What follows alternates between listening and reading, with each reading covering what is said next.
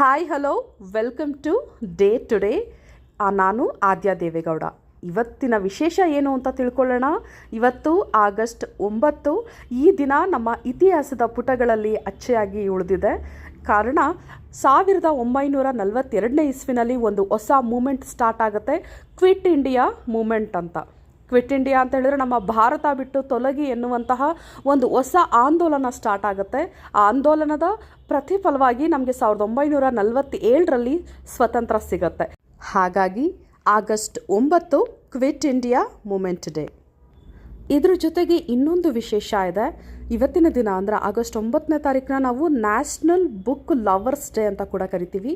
ಬುಕ್ನ ಯಾರು ತುಂಬ ರೀಡ್ ಮಾಡ್ತಾರೆ, ಯಾರು ಓದೋದಕ್ಕೆ ಇಷ್ಟಪಡ್ತಾರೆ, ಸೊ ಅವ್ರುಗಳ ಡೇ ಇವತ್ತು. ರಾಷ್ಟ್ರೀಯ ಪುಸ್ತಕ ಪ್ರೇಮಿಗಳ ದಿನಾಚರಣೆ. ಅದ್ರ ಜೊತೆಗೆ ಒಲಿಂಪಿಕ್ಸ್ ನಡೀತಾ ಇದೆ. ಇವತ್ತಿನ ಒಲಿಂಪಿಕ್ಸಲ್ಲಿ ನೀರಜ್ ಚೋಪ್ರಾ ಅವರು ಸಿಲ್ವರ್